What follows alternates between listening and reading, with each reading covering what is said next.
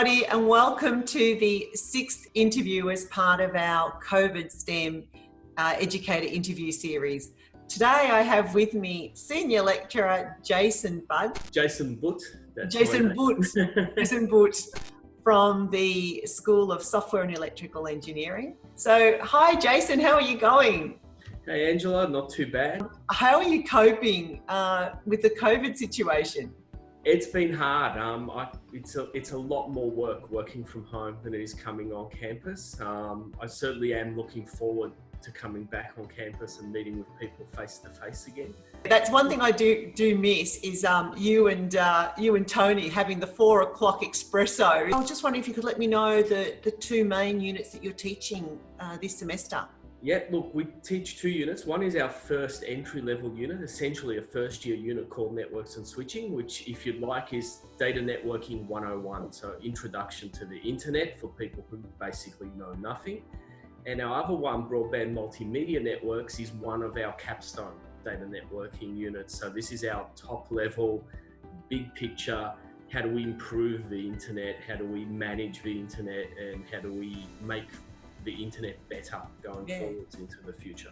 We're usually looking in the order of 700 students a year. Wow. How did the labs work in those 2 units?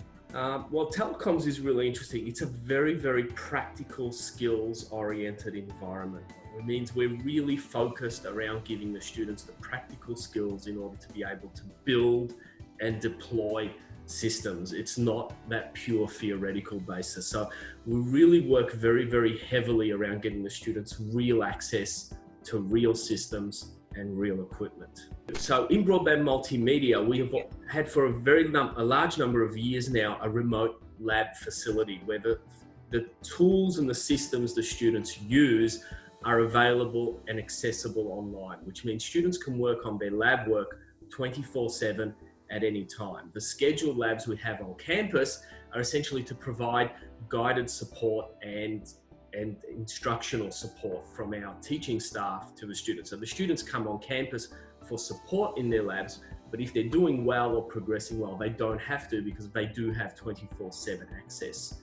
If I want to think about how labs can be delivered, we've got 3 options, and we've got the option of virtual lab, simulated lab, remote lab. And what does that mean? Well, a virtual lab to me is something where the students, it's a lab that is not really a lab, as in they're not doing the lab work itself. So this might be something along the lines where we've videoed somebody doing the lab, we've collated the results, and we've provided the results to the students. The students watch the lab being done, and then they analyze the outcome.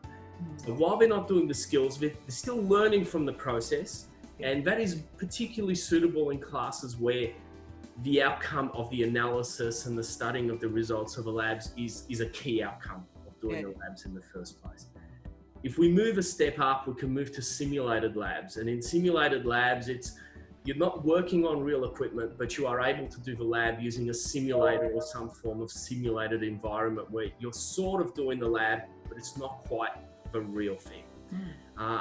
But when it comes to telecoms, we really want our students to have practical skills. So we wanted to try and see, can we move our labs to a remote lab, similar to what we're using for broadband multimedia, where can we give students access to the facilities remotely so they can still work with real equipment? Because one of the things we're really worried about was the exercise of, can we still give our first year students the hands-on practical experience? That's great. So, and thanks for the clarification around virtual labs, simulated labs and remote labs. I'm sure a lot of people probably didn't know the difference between the 3. So thanks for clearing that up. It's been a challenge of how can we provide a remote lab access facility? Because one of the difficulties when it comes to networking is, even if I provide students access to a piece of equipment on campus, it's not one piece of equipment, it's multiple pieces of equipment, and they all need to be connected and wired to each other in order for a lab to work. Well done for getting that done, because, what a great resource. Because, going into semester 2, depending on the COVID risk, if the risk increases, we may have to continue on with the remote labs. Absolutely. And I think one of the interesting things that's come out, because I've spoken to a lot of students across the range of their courses, is certainly the advanced students, so the ones who have already done the first unit practically and hands-on, are really loving the remote access and are really coping very well with it. They're not struggling at all. They're understanding what's going on and they're really utilizing the facilities. I can appreciate that for our first year students, it's been the hardest, and that's because they don't have any existing skills coming in and backing them up. And I know that this has been hard for them, but I shudder to think how much harder it would have been had we not been able to provide these remote labs. Yeah, I think it's a matter of adjustment too. I think the more they start to use the remote labs and they start to build that online community, the more they will settle. Jason, I want to move on to talking about your final assessments. Particularly interested in your use of oral assessment. So I thought maybe could you just walk me through your final assessment for your broadband unit? Because I believe you're not having a final assessment for that unit, are you? What we did in this case was we took the idea around and said, well, let's let the students work without the aid of a tutor, but work together as a group to create this collaborative group environment. I said, you can work together as a group, work through the tutorial tasks, figure them out for yourselves. And then weekly, we give each one of them a 5-minute interview. We've broken up the oral assessment into a continuous series of oral assessments over 8 weeks, the last 8 weeks of semester, and all those marks will be added together at the end to replace. Right. And that, I imagine that works quite well for small classes, you know, for your broadband unit, you know, you've got roughly 30 students. But in your first year networks and switching unit, you've got over 300 students there. Correct. And I believe you're doing an oral final assessment. Is that correct? Absolutely. So what we are doing is I'm allocating 15-minute blocks for every student.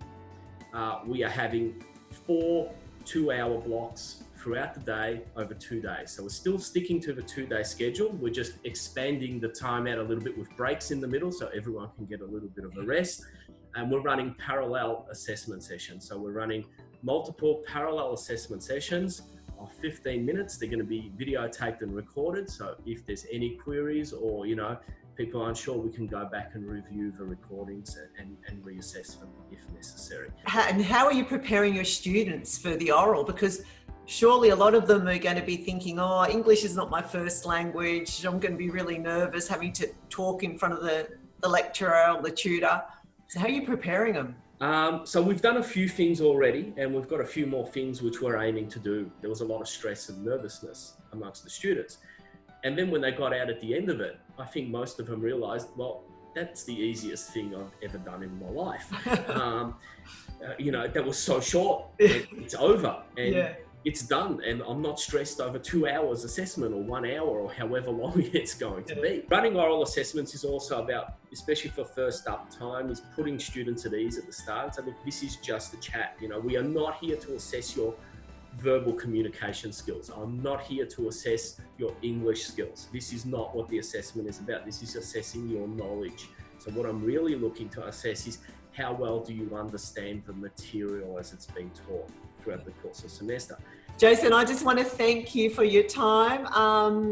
I hope others that might be thinking about setting up remote labs, remote access to labs, watch the video, and others who are also thinking about changing or modifying their final assessment piece. I hope everyone enjoyed this video. Look forward to seeing who's on for next week. Thanks, Jason. Bye, everyone. Bye, Angela. Bye, everyone. Bye.